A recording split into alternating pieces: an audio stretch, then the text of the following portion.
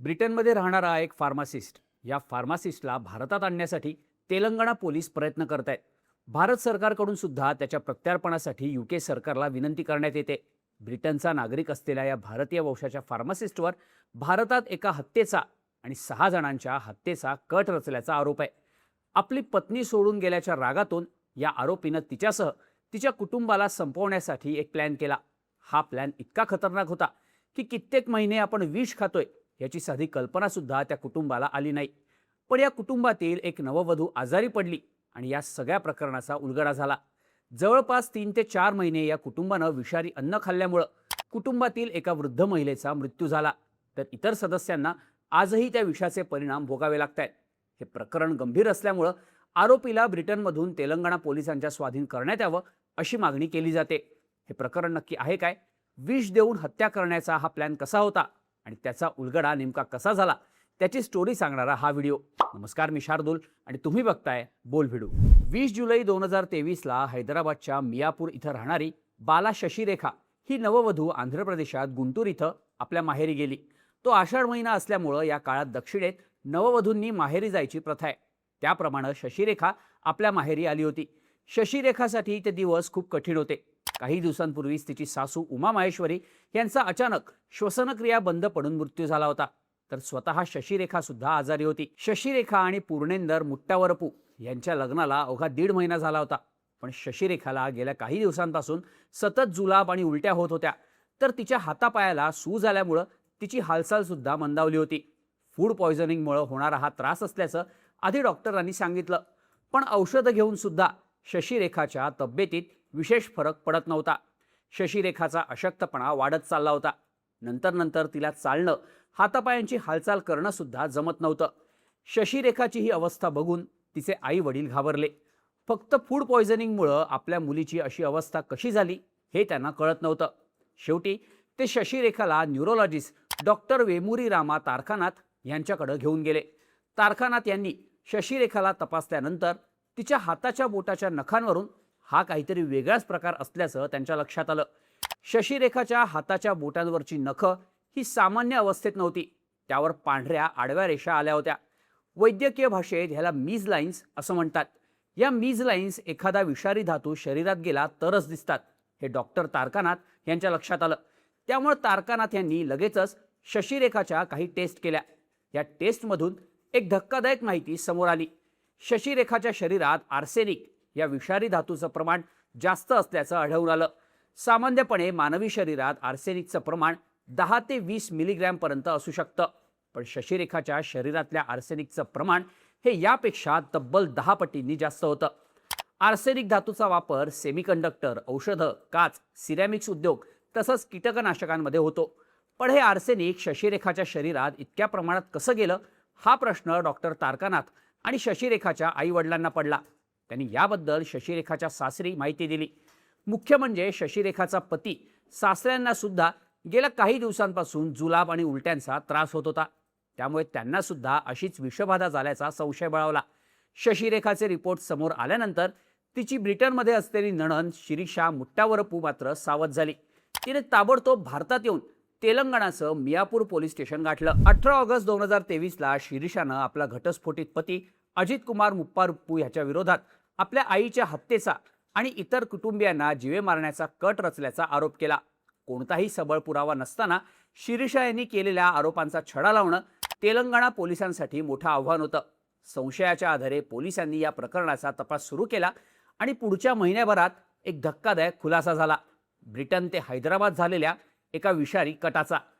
शशिरेखाच्या शरीरात आर्सेनिकचं प्रमाण आढळून आल्यानंतर तिचा पती पूर्णेंदर, सासरे हनुमंतराव यांच्याही मेडिकल टेस्टमधून त्यांच्या शरीरात आर्सेनिक असल्याचं समोर आलं. त्यामुळे पोलिसांना सुद्धा यामागे एखादा कट असल्याचा संशय बळावला. शिरीषा यांनी आरोप केलेला अजित कुमार मुप्पारप्पू हा तेलंगणापासून हजारो किलोमीटर लांब असलेल्या ब्रिटनचा नागरिक होता. त्यामुळं शिरीषा यांच्या कुटुंबापर्यंत आर्सेनिक पोहोचलं कसं आणि त्यात ब्रिटनमध्ये राहणाऱ्या अजित कुमारचा सहभाग कसा होता, हे 2 प्रश्न पोलिसांसमोर होते. पोलिसांनी सगळ्यात आधी अजित कुमारचे कॉल रेकॉर्ड्स तपासले. तेव्हा हैदराबादमध्ये असलेल्या त्याच्या 3 मित्रांशी अजित कुमारचा सारखा संपर्क होत असल्याचं पोलिसांना समजलं. हे तिघही जण हैदराबादमध्ये एका हॉटेलच्या रूमवर राहत होते. पोलीस सगळ्यात आधी त्यांच्यापर्यंत पोहोचले. त्यांच्या चौकशीत पोलिसांना एक महत्त्वाचा धागा सापडला. अजित कुमारनं आपल्या या मित्रांना आपली घटस्फोटित पत्नी शिरीषाच्या कुटुंबियांना संपवण्याची सुपारी दिली होती. त्यांना सक्सीनिलकोलिन हे विषारी इंजेक्शन टोचून मारून टाकण्याचा प्लॅन अजित कुमार आणि त्याच्या मित्रांनी आखला होता. हे इंजेक्शन जर दिलं गेलं असतं तर शिरीषाच्या कुटुंबियांचा जागीच मृत्यू झाला असता. तसंच सक्सीनिलकोलिन विष पोस्टमॉर्टममध्ये शोधणं कठीण असल्यामुळं कोणताच पुरावा राहणार नाही अशी त्यांची योजना होती. यामध्ये हनुमंतराव यांच्या सोसायटीच्या वॉचमनच्या मुलाचाही सहभाग होता. पण हा प्लॅन प्रत्यक्षात येऊ शकला नाही. पोलिसांनी अजित कुमारच्या मित्रांकडून सक्सीनिलकोलिन या विषाच्या बाटल्याही जप्त केल्या. यानंतर पोलिसांनी या प्रकरणात अटक सत्राला सुरुवात केली. अजित कुमारच्या कॉल रेकॉर्ड्सवरून पोलीस एम सुरेखा या त्याच्या बहिणीपर्यंत पोहोचले आणि तिच्या चौकशीत या संपूर्ण कटाचा उलगडा झाला. या प्रकरणाची सुरुवात झाली 2018 पासून. MBBS असलेल्या शिरीषा यांचा त्यांच्या पहिल्या पतीसोबत घटस्फोट झाला होता. त्यांना एक 7 वर्षांची मुलगी सुद्धा होती. 2018 मध्ये फार्मासिस्ट अजित कुमार आणि शिरीषा यांची एका मॅट्रिमोनियल साईटवर ओळख झाली आणि दोघांनीही लग्न करण्याचं ठरवलं. जून 2018 मध्ये त्यांचं लग्न झालं आणि ते मियापूरच्याच गोकुल प्लॉट्स इथं राहायला लागले.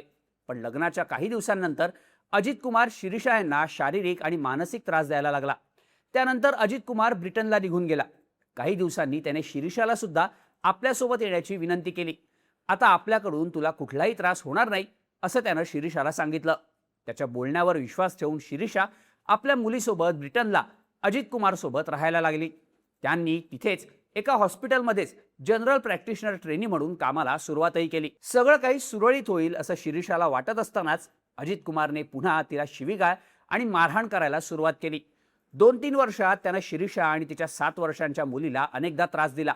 2022 मध्ये तर त्याने चाकूचा धाक दाखवून शिरीषाला धमकावण्याचाही प्रयत्न केला.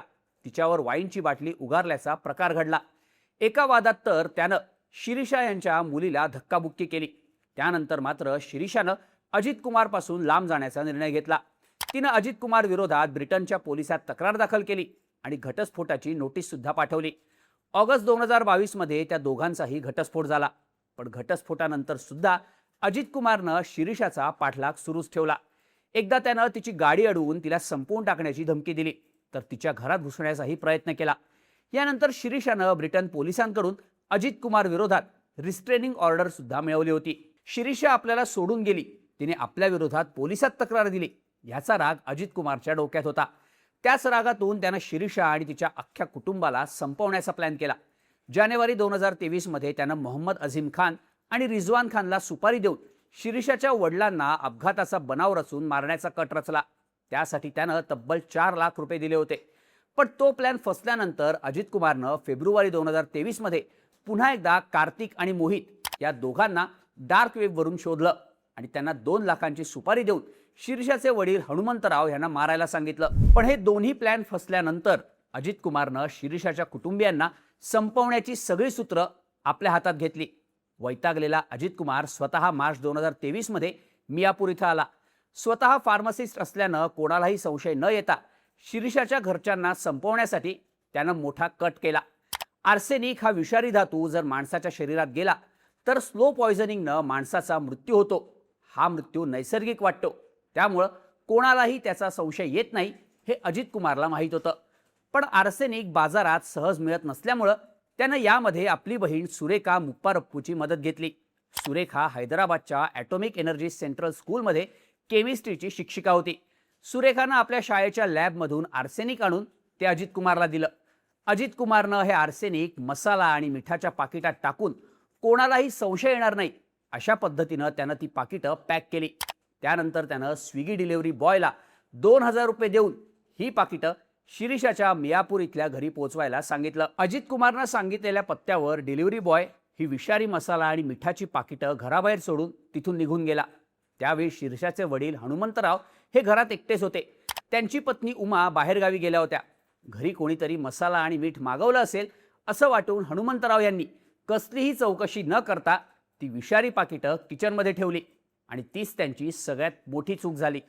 उमा घरी परत आल्यानंतर त्यांच्या घरात शिरीषाचा भाऊ पूर्णेंदरच्या लग्नाची लगबग सुरू झाली. तेव्हा घरी पाहुण्यांचं येणं जाणं वाढलं. तेव्हा जेवल्यानंतर घरी येण्या जाणाऱ्या पाहुण्यांची तब्येत बिघडायला लागली. शिरीषाच्या आई वडिलांना सुद्धा सतत मळमळ, उलट्या आणि जुलाबाचा त्रास सुरू झाला. भावाच्या लग्नाच्या निमित्तानं मियापूरला आलेल्या शिरीषा आणि तिच्या मुलीला सुद्धा असाच त्रास व्हायला लागला. त्यामुळे शिरीषा यांनी 2 वेळा पाण्याचे नमुने तपासणीसाठी पाठवले, पण पाणी शुद्ध असल्याचे रिपोर्ट आले. पण ही विषबाधा जेवणात वापरल्या जाणाऱ्या मसाला आणि मिठामुळे होत असल्याचं कोणाच्याही लक्षात आलं नाही. 3 जून 2023ला जेव्हा पूर्णेंदर आणि शशिरेखाचं घरच्या घरीच लग्न झालं, तेव्हा सुद्धा या कौटुंबिक सोहळ्यासाठी आलेले लोक आजारी पडले होते. दिवसभर त्यांना उलट्या होत होत्या. लग्नाच्या धावपळीमुळे त्रास होत असेल असं त्यांना वाटलं आणि त्यांनी त्याकडे दुर्लक्ष केलं. या सोहळ्यानंतर शिरीषा ब्रिटनला निघून गेली. पण या विवाह सोहळ्याच्या अवघ्या महिन्याभरातच शिरीषाची आई उमा यांची तब्येत जास्तच बिघडली आणि उपचार घेत असतानाच त्यांचा मृत्यू झाला. हृदयाची अनियमित धडधड, त्यामुळं फुफ्फुसांमध्ये तीव्र सूज येऊन श्वसनक्रिया बंद पडल्यानं त्यांचा मृत्यू झाल्याचं सांगण्यात आलं. हा नैसर्गिक मृत्यू असल्याचं डॉक्टरांनी सांगितल्यामुळं पोस्टमॉर्टम न करता उमा यांच्यावर अंत्यसंस्कार करण्यात आले. पण त्यानंतरही हनुमंतराव, पूर्णेंदर आणि शशिरेखाची तब्येत खालावत गेली. सतत तेच विषारी मसाले आणि मीठ वापरल्यामुळं त्यांची ही अवस्था झाली होती. अखेर शशिरेखाच्या शरीरात आर्सेनिकचं प्रमाण आढळल्याचं लक्षात आल्यानंतर शिरीषानं केलेल्या तक्रारीवरून या सगळ्या प्रकरणाचा उलगडा झाला. अजित कुमारची बहीण सुरेखाच्या चौकशीतून पोलिसांनी या सगळ्या प्रकरणाचा छडा लावला. तेलंगणा पोलिसांनी आतापर्यंत या प्रकरणात 9 जणांना अटक केली आहे. तर अजित कुमार मुप्पारप्पू हा ब्रिटिश नागरिक असल्यामुळं त्याच्यावर ब्रिटनच्या कोर्टात खटला सुरू आहे. गेल्या 2-3 वर्षांपासून त्याच्यावर तिथं खटला सुरू आहे. त्याला तेलंगणा पोलिसांच्या स्वाधीन करण्यासाठी प्रयत्न केले जात आहेत. अजित कुमारच्या प्रत्यार्पणासाठी तेलंगणा पोलिसांकडे सबळ पुरावे नसल्याचा युक्तिवाद अजित कुमारच्या वकिलांकडून केला जातोय. पण आपण आतापर्यंत हाती आलेले सगळे पुरावे दिले असून अजित कुमारचा ताबा मिळावा यासाठी सगळे प्रयत्न करत असल्याचं तेलंगणा पोलिसांचं म्हणणं आहे. ज्याच्यामुळे आपल्या आईला प्राण गमवावे लागले, आपल्या कुटुंबियांच्या जीवाशी खेळ झाला, त्या अजित कुमारला कठोर शिक्षा मिळवून देण्यासाठी शिरीषा ब्रिटनमध्ये केस लढवते. आमचं कुटुंब आता सावरायला लागलंय, पण 3 वर्षांपूर्वी जे विष हळूहळू आमच्या शरीरात गेलं, यामुळं आमच्या कुटुंबातील प्रत्येकाला आजही हातापायांना मुंग्या येणं, अशक्तपणा आणि मज्जासंस्थेशी संबंधित गंभीर आजारांचा सामना करावा लागत असल्याचं शिरीषानं सांगितलंय. आपल्या कुटुंबाला मृत्यूच्या दारातून बाहेर आणणाऱ्या शिरीषाचा लढा अजूनही थांबलेला नाही. अजित कुमारला फाशीसारखी कठोरात कठोर शिक्षा मिळावी तोपर्यंत आपण शांत बसणार नाही, अशी ठाम भूमिका शिरीषानं घेतली आहे. त्यामुळे आता अजित कुमार मुप्पारप्पूला ब्रिटनकडून तेलंगणा पोलिसांकडे सोपवलं जाणार का, त्याला कोणती शिक्षा होणार याकडे सगळ्यांचं लक्ष लागलंय. अत्यंत गुंतागुंतीच्या तेलंगणातील या प्रकरणाबद्दल तुम्हाला काय वाटतं, याबद्दलच्या तुमच्या प्रतिक्रिया कमेंट करून नक्की सांगा. आणि अशाच माहितीपूर्ण व्हिडिओजसाठी बोल व्हिडिओच्या यूट्यूब चॅनलला सबस्क्राईब करायला विसरू नका.